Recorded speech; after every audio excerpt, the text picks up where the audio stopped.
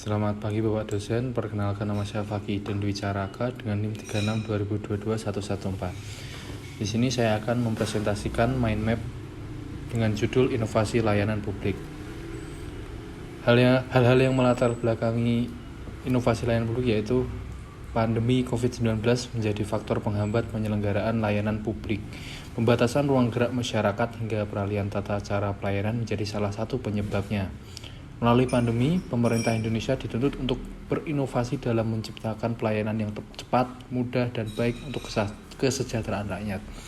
Seperti yang kita tahu, penyakit coronavirus atau COVID-19 telah menjadi pandemi global yang mempengaruhi 185 negara dan lebih dari 3 juta pasien di seluruh dunia pada 28 April 2020 dengan 7.775 kasus di Indonesia pada 24 April 2020. Persebaran COVID-19 yang cepat memberikan dampak yang mengganggu di berbagai bidang, terutama pada layanan publik. Dalam menangani COVID-19, pemerintah Indonesia dituntut untuk berinovasi dalam membuat kebijakan pada layanan publik yang menyesuaikan dengan kehidupan normal baru atau new normal. Contohnya pada sektor pendidikan. Akibat pandemi, proses pembelajaran seluruh jenjang mengalami masalah serius. Hal ini karena sektor pendidikan di Indonesia melayani sekitar 45,3 juta jiwa dan terpaksa harus menerapkan sistem daring. Selain bidang pendidikan, pengambilan kebijakan juga terjadi pada bidang kesehatan, berbagai bentuk pencegahan dan penanganan.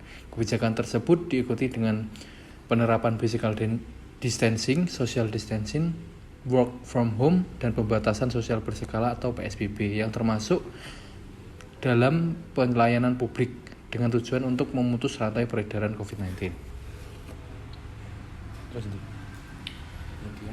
Kemudian saya akan membahas tentang bentuk inovasi layanan publik. Berbagai macam inovasi dihadirkan oleh pemerintah untuk mengatasi penyelenggaraan pelayanan publik di tengah pandemi.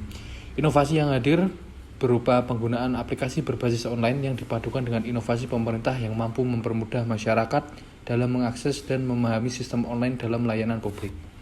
Berbagai macam bentuk-bentuk inovasi dihadirkan oleh pemerintah, seperti aplikasi Peduli Lindungi dalam pemantauan vaksinasi, dalam bidang kesehatan dan penyediaan sekolah online gratis melalui aplikasi Ruang Guru, yang merupakan bentuk kerjasama antara pemerintah dengan Ruang Guru dalam bidang pendidikan. Kedua contoh di atas tidak jauh dari penggunaan aplikasi berbasis online. Sebagai alat mengakses layanan publik, penggunaan aplikasi berbasis online dalam penyelenggaraan layanan publik belum tentu efisien.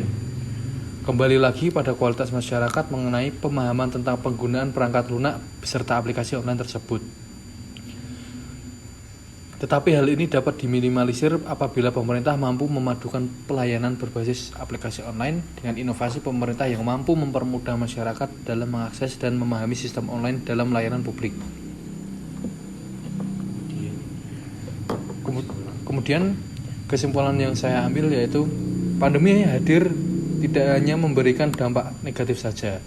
Di sisi lain terdapat dampak positifnya. Dengan adanya pandemi, pemerintah dituntut untuk menciptakan inovasi yang cepat, mudah, dan baik dalam proses penyelenggaraan layanan publik untuk kesejahteraan masyarakat. Berbagai inovasi pada pelayanan publik juga diciptakan pemerintah Indonesia di berbagai daerah, salah satunya Kota Cimahi. E-government sebagai bentuk upaya Smart City menjadi salah satu inovasi dalam memberikan pelayanan publik untuk menunjang kebijakan work from home agar birokrasi tetap berjalan sebagaimana memberi pertahanan dalam memberikan pelayanan di era new normal.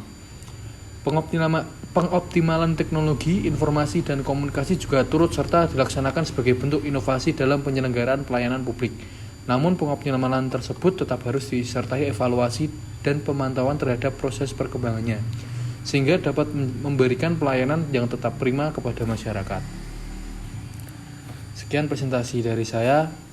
Terima kasih.